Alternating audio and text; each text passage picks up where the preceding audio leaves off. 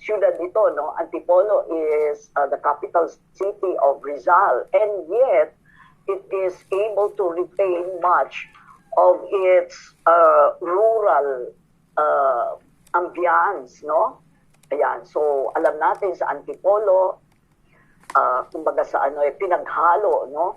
Yung ambience ng Baguio, Tagaytay, and Subic. So the climate in Antipolo is pretty cool most time of the year due to the abundance of full-grown trees, flowering plants, ornamental plants, and is generally pollution-free because alam mo, wala kang makikitang mga heavy industries, no, sa Antipolo. Walang mga factories, no, that emit smoke and other pollutants, no. Para ka talagang nasa, there are parts of Antipolo na parang very provincial yung dating, ano. At wala kang, sa loob ng city proper, wala ka talaga halos makikitang mga container trailer vans na, paikot-ikot doon sa syudad. Unlike in other metropolitan cities, no, na halos kasabay mong nagja-drive yung mga container trailers, no. And then, of course, we know that Antipolo is very accessible. In fact, it is conveniently accessible both by public and private transportation. So meron ka diyang makikitang tinatawag na mga P2P buses. Ano ba yung P2P buses? Ito yung mga point-to-point buses, no? Meaning, from Antipolo, diretso doon sa destination. Merong regular buses, merong UVs, merong PUJs, at saka marami yung tinatawag natin ngayon na mga modern jeepneys, no? And lahat ng mga yan, they operate and they fly from major central business districts. Ano ba yung mga central business districts na yon? Like Ortigas Center, Araneta Center, Makati, BGC, and other nearby cities in Metro Manila. So there are major roads leading to Antipolo like Ortigas Avenue, Sumulong Highway, Marcos Highway, C5, C6, and all of this, they link Antipolo to the metropolis or Metro Manila or NCR, no? So, hindi natin kailangan, we don't use any of the expressways. So, punta ka na Antipolo, it is toll-free, diba? So, malaking savings po yan. Now, because of the operation of the additional stations of the LRT2 from Santolan in Pasig, no, to Santa Lucia Mall and all the way to SM Masinag along Marcos Highway, yung travel time natin from Quiapo, no, in Claro M. Recto from Quiapo to the last station, which is in Masinag, SM Masinag, no? Reduced na po ang travel time natin from almost 2 hours to only about 45 minutes. So napakalaki pong reduction yan sa travel time para dun sa mga tiga bandaro ng Maynila, no? Coming all the way from Quiapo hanggang SM Masinag. Can you imagine, no? So meron kang extra 1 hour and 15 minutes for your families, no? To enjoy each other's company. So there are talks, no? There are talks, of course, na yung LRT Line 2 will be extended all the way to Cogeo in Antipolo. So sana yung susunod na administration will give this priority, no? Para humaba pa po lalo yung LRT2 line coming from SM Masinag all the way to Antipolo. Ang dami pong makikinabang dyan. So let's pray na ang susunod na administration ay itutuloy talaga yung expansion na yan ng LRT Line 2. Ang dami pong makikinabang yan. Now, in the meantime, the private sector, no, has already taken the initiative or the bold step towards easing traffic within the metropolis and reducing travel time, no? So I refer to yung tinatawag na PAREX. Kung nabalitaan nyo na po itong PAREX, ano ibig sabihin nito? Ito po yung Pasig River Expressway, which was initiated by San Miguel Corporation. So this is a private initiative, pero napakalaking bagay po nito para sa metropolis and especially for us from the eastern part of Metro Manila. Ito po itong PAREX po, no, or Pasig River Expressway. Ito po yung planned elevated highway from east to west of Metro Manila along the banks of the Pasig River. So tayo po, makikinabang tayo doon, tayo mga tiga dito, no? Dito sa eastern part of Metro Manila. So, aside from what I already mentioned, etong PAREX na ito, sinisimulan na po nito, nasa drawing board na po ito. Now, because this is a private initiative, hindi po ito project ng gobyerno.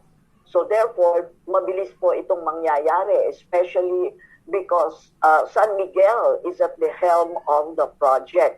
Now, this will certainly reduce travel time for Antipolo residents working in the metropolis, no?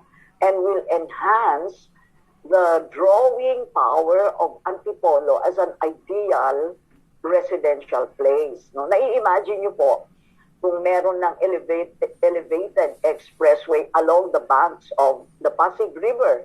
So, maiis yung traffic sa Marcos Highway, sa EDSA, kung ano-ano pang mga major roads na naka-interlink, no, papuntang Antipolo. Can you imagine that, no? So again, in the short term, siguro maybe 2 or 3 years lang, makikita na natin ang epekto nito. Now, within the city proper naman, you know, there are tricycles of various types and models flying to and from all points, no? And because of that, no, this enables one or a passenger, for example, a commuter, to go from one place to another within Antipolo proper without having to hop from one tricycle unit to another. Hindi ka mukha, halimbawa, kung nasa Pasig ka, no? And it so happen, nandun ka sa city proper, sa loob ng city proper, you cannot take a tricycle to other destinations na hindi covered nung kumbaga yung pinaka-route, no, nung particular tricycle. Unlike in Antipolo, kahit anong tricycle ang parahin mo doon, basta within the city proper, pwede. O, di ba, no? Oo. So, malaking advantage po yun para sa mga Antipolo residents. Kung minsan, tinatamad ka magkotse, maliikli lang naman yung travel mo, ang dali mong pumara ng tricycle, no? Okay. Another reason, no, is its high elevation and, of course, brings with it yung cool climate. So, the larger part of the city is on a high level. Therefore, ano ibig sabihin nun? Flood-free. O, diba? Takot na takot tayo dun sa mga lugar na madaling bumaha. And, alam mo, ang climate, no? Ang climate sa Antipolo is only a few degrees higher than Tagaytay. Lalo na ngayon, no? Medyo malamig pa ang panahon, malamig din talaga sa Antipolo. So, this high elevation is ideal for those who currently reside in flood-prone or low-lying areas, no? Marami yan sa Maynila, di ba? Mga ibang lugar doon talagang napakadali pong bumaha, no? Okay. And the fourth reason is sa Antipolo po, doon makakakita kayo ng mga family-oriented conveniences. Kaya, no? Of course, marami rin sa ibang lugar, no? Pero ang sinasabi natin dito sa Antipolo, it's a highly urbanized city, but one will find in Antipolo quite a number of malls, supermarkets, recreational resorts. Naku, ang dami-daming resorts sa Antipolo. Name it, they have it there, no? There are specialty restaurants, there are sports centers, there are parks and playgrounds, and even art galleries, mind you. Okay, like there's one there, it's called Pinto Art Museum. And alam mo, maganda kasi yung may mga ganitong family-oriented conveniences, and you can bring your family to any of these destinations. No, of course you have new hospitals. In fact, there are new hospitals being built in Antipolo. And of course, you have banks, you have churches, you have schools, you have government and private offices, and other points of interest, no? And the fifth reason is, you know, the lots in Antipolo are still reasonably priced compared to other cities in nearby Metro Manila, like, for example, in Pasig, in Marikina, Quezon City, and Mandaluyong. The prices of residential lots in Antipolo are currently still much lower, therefore more affordable, and there's much room for higher rate of appreciation in value in the near future. No? Let me give you an example. In some classy subdivisions in Pasig, like for example, Valle Verde, no?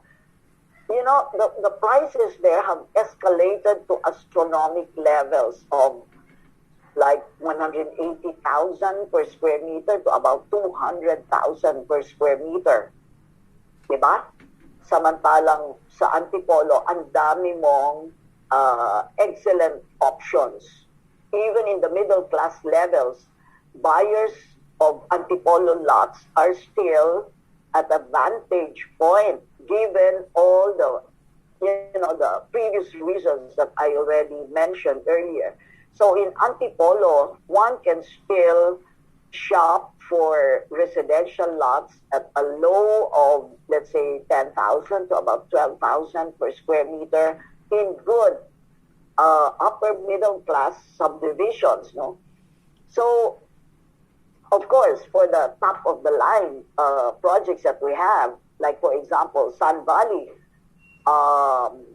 at present, magkano pinakamahal natin sa Sun Valley? Like 22,500 to about 25,000 per square meter. Pero marami pa rin tayong lote doon na 17,500, 20,000. So, what I'm trying to say is, yung investor ngayon ng Antipolo, o kung bibili ka ng property in Antipolo, whether lot only or house and lot, comparatively speaking, you are in a better financial advantage, no? If you buy in Antipolo now. Of course, every year talaga naman nag-escalate ang prices, di ba? So with these 5 major reasons, plus many more, Antipolo makes city living a more pleasurable and hassle-free daily experience. You know, this is a place so nice to come home to. Diba? There is a song that goes, it's so nice to come home to, you know. So friends, why not make Antipolo City your priority choice to build that dream house of yours? So, tayong mga sellers, you can dream, no, of owning a property in Antipolo, whether for end use or for investment. Diba? Okay, so now, with all those reasons, bakit naman tayo ngayon nagbibenta nitong mga projects natin? All of the projects that we will be discussing, 4 na projects po ay nasa Antipolo, and 1 project ay nasa Morong, no? And of course, you know that Morong is one of those towns after Antipolo. So today, we will be discussing housing projects of the Summerfield Group. Itong Summerfield Group po is composed of 3 companies. One is Summerfield Resources Corporation. The other one is Shaughnessy Development Corporation. And the third one is Alpha Builders and Development Corporation. Na itong mga companies nito, these three companies, actually they belong to the same what do you call this, parang corporate umbrella, no? So they have the same set of corporate officers headed by Mr. Timothy Ang as president. And then they have a common set of marketing staff. Sila yung mga tumutulong sa atin, no? Sa ating mga sales force. Same sets yan. Nasaan ba ang opisina nitong Summerfield Group na ito? Their office is located at the 5th floor of Jovan Building along Shaw Boulevard, corner Samat, Mandaluyong City. Ito po, coming from Star Mall, kung alam niyo po yung Star Mall at the corner of EDSA and Shaw Boulevard, pwede pong lakarin, no, yung kanilang opisina. Okay? So, now, ito naman yung mga reasons, no? Kanina, we declared some reasons, no, bakit Antipolo maganda magbenta. Now, ito naman yung mga reasons why itong mga projects natin are saleable and therefore worth your attention. Diba? So, the first reason, of course, that we know is, number one, is the developer. Alam mo, this is very important. To know the developer and to have confidence in the developer. We are proud to say that we have represented the Summerfield Group for like siguro almost 2 decades now, if not more than 2 decades now. And over the years, they have developed several housing projects in Taytay. Ano sabi niya, hindi raw nag-move yung slide, ano? Hindi na siguro mag-move yung slide. Bini-verbalize ko na lang, ano? So yung developer, no? As I said, no, over 2 years na po natin silang nire-represent. And they have already developed, they have a track record of developing projects in Taytay, in Cainta, in Pasig, of course in Antipolo, in Teresa, at merong isang na-develop sila doon sa Pampanga. And they have proven to be credible and reliable. So having said that, we are therefore confident that they can very well deliver even if the current projects are on pre-development stage. Okay? Now, the other reason is yung development concept. Yung lahat ng binibenta natin dito ay puro house and lot package lang. Okay? From townhouses to single attached to single detached types. And these projects are very ideal for those who are starting to build their families in communities that allow them enough space for interaction, no? Rather than in an enclosed, limited atmosphere. O, diba? Kasi maraming tao, imbis na tumira sa kondominium, mas gusto nila yung medyo mas maluwag ng konti, no?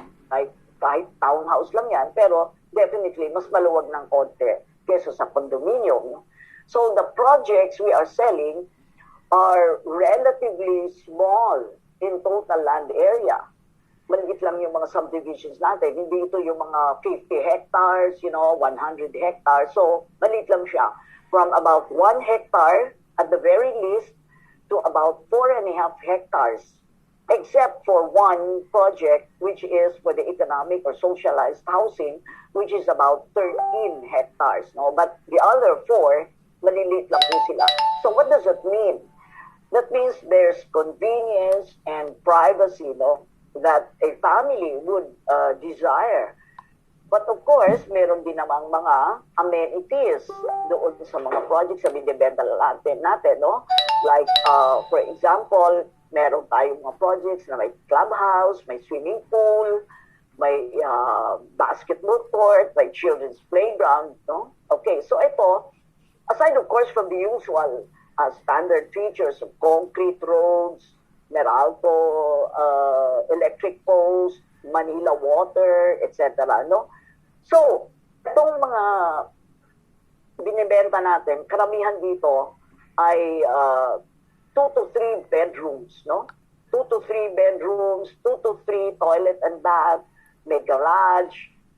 In fact, yung ibang models, meron pang maid's room, no? Now, yun namang mga socialized housing natin, they come in, tinatawag natin semi-finished, no? Semi-finished status, okay? Yan yung para sa socialized housing. Now, in terms of location, we have earlier discussed about Antipolo and why it is a desirable location for building your dream house. No? So, yung ating mga yung specific location ng bawat project, we will discuss later as we discuss the specific project. Ito pa isang magandang reason, the market, no? The market. Our projects cater to a very large segment of end users, not speculators. And these end users, they prefer single dwelling units over condominiums, yung sinabi ko kanina, no? So we can serve the housing requirements of those in the lower end segment, the middle end, and partly the high end segment of our targeted buyers, no? So, yung mga buyers, for example, na kumikita ng let's say 65,000 or 80,000 a month up to about 120,000 or 160,000 up to about 220,000. Ito po yung more or less yung market natin doon sa apat na projects, no? Pero doon sa socialized housing, someone with a monthly income of 30,000 to about 40,000 can own a house in a place where he can live conveniently and save himself from the monthly rental burden. So, for the socialized, about 30 to 40,000, pwede na siya magkabahay. Para doon sa mga hindi socialized, pwedeng 65,000, 80,000, etc. No? So, you can see, yung market natin ay malawak. Malawak yung pwede nating bentahan. Kasi lahat ng segments ng market, when you say market, sino-sino yung mga bibentahan natin, no? Low end, middle end, high end, pwede nating mabentahan, di ba? So, another major reason is that yung mga terms of payment natin ngayon ay very buyer-friendly.